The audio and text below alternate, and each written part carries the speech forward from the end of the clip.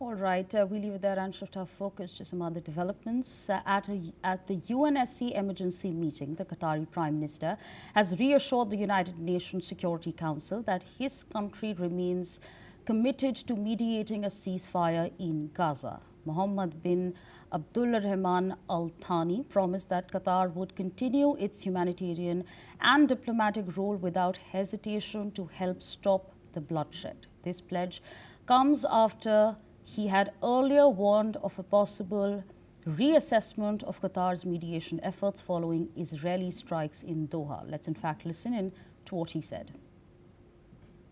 قطر بقيادة حضرة صاحب السمو الشيخ تميم بن حمد الثاني على أنها ستواصل دورها الإنساني والدبلوماسي دون تردد أينما كان هذا الدور طريقا نحو حقن الدماء، لكنها في الوقت ذاته لن تتهاون إزاء أي مس بسيادتها وأمنها، وتحتفظ بحقها المشروع في الرد عبر الوسائل التي يكفلها القانون الدولي. نحن في قطر دعاة سلام لا دعاة حرب، وقد اخترنا السلام منهجا. Meanwhile, Israel has defended its strike in Doha at the United Nations. Israel's ambassador Danny Danon told the Security Council that there is no sanctuary and no immunity for terrorists, not in Gaza, Tehran or Doha. He warned that Israel would target leaders of terror wherever they hide. Let's in fact take a listen to what Danny Danon, the Israeli ambassador to UN, had to say.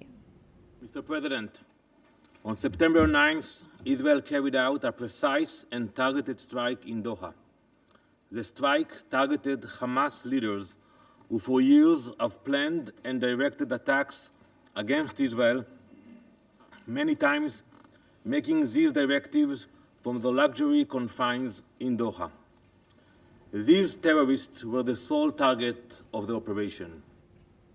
Joining us at this point in time is Professor Rohan Gunaratna, international security expert, joining us from Singapore. Thank you so much for your time speaking to us on NewsX World. I'd like to understand from you, what exactly do you make of the timing of this attack and the stance that the Qatari Prime Minister has chosen to take? Israel mounted an attack on the Hamas leadership in Doha because of two reasons. One is that Hamas was not sincere in its negotiations. Hamas did not agree to a comprehensive release of the hostages. There are currently 48 or 49 fallen and living hostages. And second is there was a Hamas attack in Jerusalem where two Hamas terrorists attacked a bus full of passengers. Israel has determined that it will target Hamas leaders overseas. The Minister of Defense of Israel repeatedly said this. As long as Hamas is holding hostages, Israel will continue to strike Hamas leaders overseas and also conduct its operations in Gaza. Qatar itself is playing a very difficult role of trying to negotiate between the Israeli government and Hamas. The United States have also assisted in the negotiations, so has Egypt. But Qatar has taken the main burden of negotiation. What is important is that Qatar continues to play the role of a negotiator so that humanitarian assistance will continue to Gaza.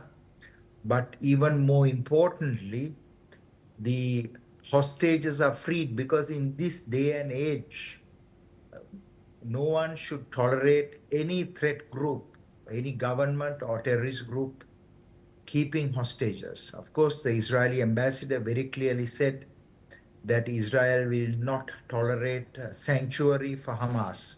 So there should be a frank discussion between Israel and Qatar as to exactly what Qatar's role is. Qatar's role is one of a mediator and a negotiator and not a supporter of Hamas. But Israel has seen Qatar as a support of Hamas, and that is why it staged that attack. Right, so absolutely. I request you